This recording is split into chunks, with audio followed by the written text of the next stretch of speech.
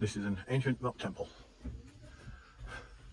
The gentleman has very kindly said I can use my phone here to take video images.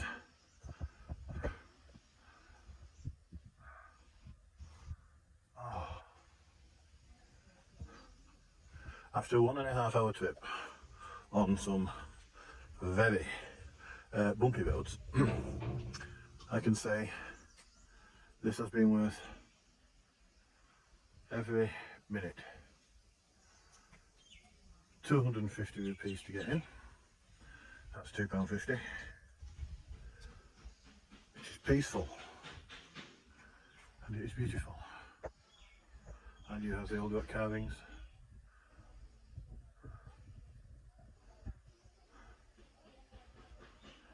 I suppose you could liken it to places like Abu Simbel, which I haven't been to yet obviously, so I'll make the comparison myself in a couple of years when I get there.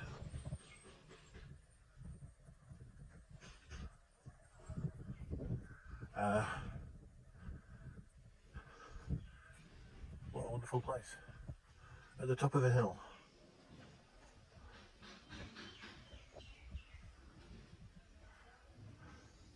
At the top of a hill in the middle of nowhere. Just get a close up of this and I'll never sit down and meditate, I think.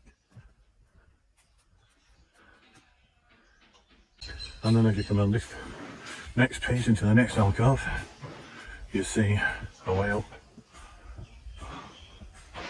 and the highest and tallest rock guarding a cave in which there is a small shrine.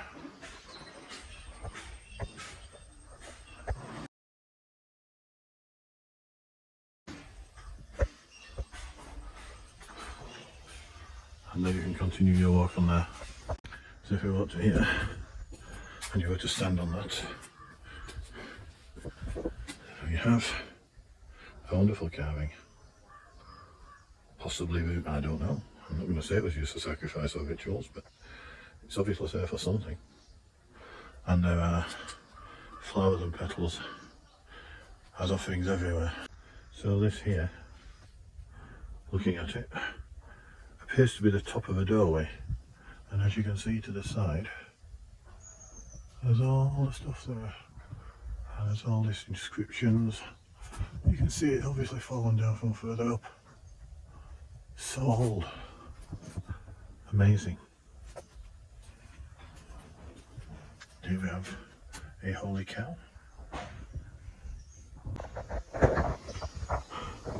A huge carving, and all the walls have carvings and niches.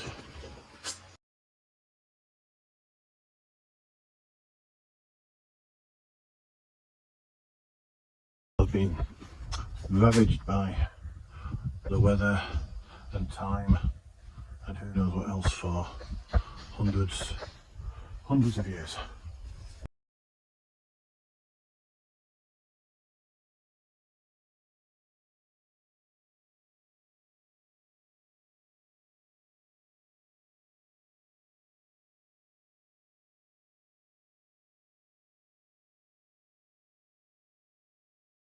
So I just climbed up the steps at the side of the monument, and there's a little village, literally almost within the grounds, complete with rice paddies.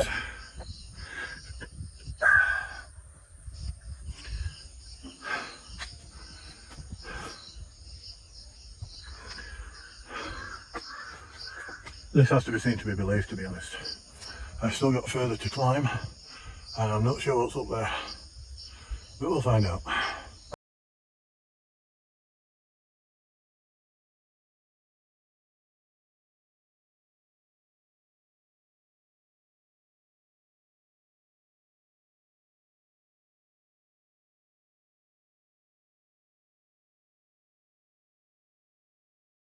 Okay, so here I am at Kangra Fort, and after a bit of a rigmarole getting in, here we are. Let's have a walk around and see what it is all about.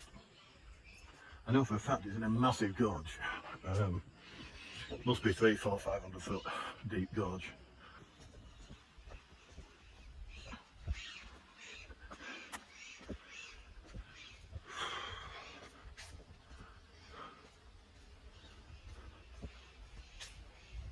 Yes, it's got a moat. And we are at the Ranjit Singh Gate. Duck. And here we are. A small gate into a small courtyard. You'll notice everything has steps. This was obviously built before wheeled vehicles were common in the area. Oh, two.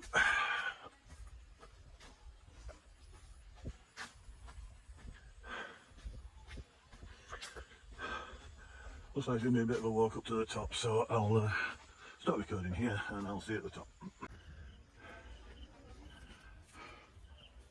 Yes, as I said, quite a walk. So here we are at the top of the climb. Well, top of the steps. As you can see, it's still somewhat slopey.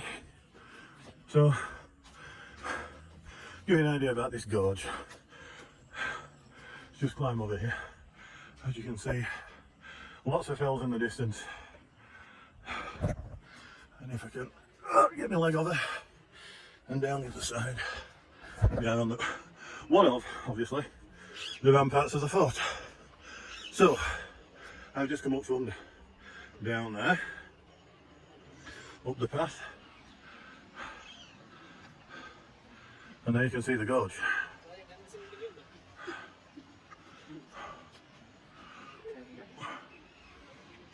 Stretching off into the distance,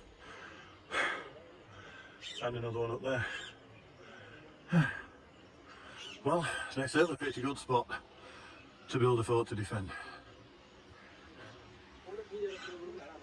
Right then, off we go. Hopefully this is the last climb. Otherwise I'm going to have a heart attack. However, up to the Kangra gate. And they let us in through that one.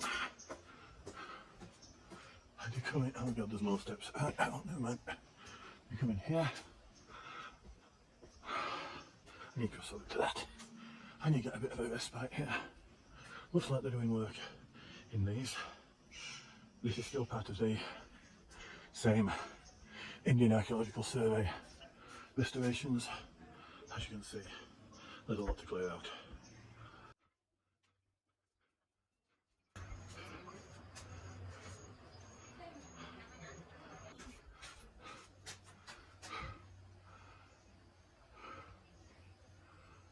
I tell you something, this fort must have been well nigh impregnable when it was going.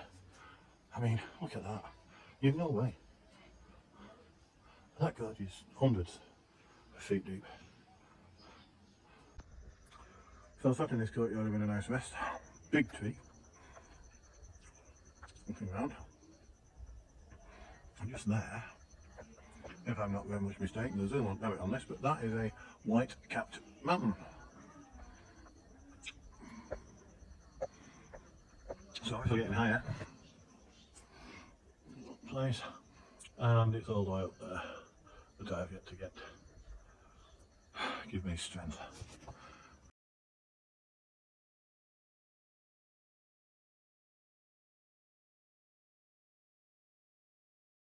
And then we got up here, a bit closer to the top. A little bit more overgrown, so I think this would need looking for a bit more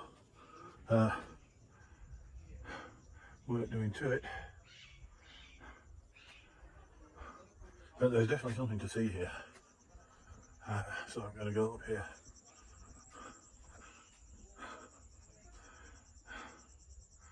And a further temple. I believe that's a Jain temple. Right then. Better get to the top of that. See what there is to see. A place to rest halfway up. And this is what we find on the back wall of the Lakshmi temple. Intricate carvings. Very nice. Very nice indeed. Oh, not far to go now. Obviously, this part of the castle was part of the fort was a building of some sort. I was there, saw the beginnings of the roof beams and everything. Possibly a grain store, since the ground is full of grass. But that's what we saw earlier. That's the gorge that we saw earlier.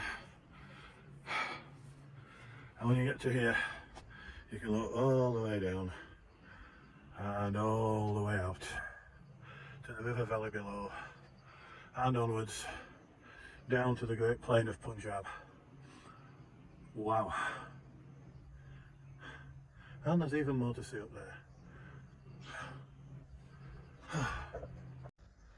And it's only at this high up on here that you can see the valleys that we've come up just there. And then you can see how massive the black backdrop of the genuine mountains is. And the other side of that there are more mountains, and the other side of that there are more mountains, and if you go far enough east that we cannot see from here, that's where Everest and the really high peaks of the Himalaya are. If you just go over those mountains you'll be into Tibet, or the Tibet part of China as it is now, and oh, what a beautiful part of the world. Beautiful. And as we climb the steps to the top, I'm reminded of I'm on hen, anyone?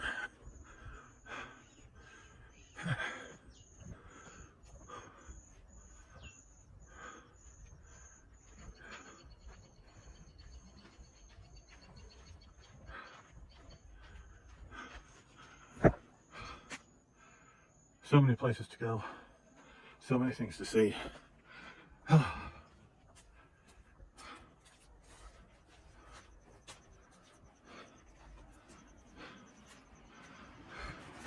And from here we can look down into the valley, and if you move around a little bit,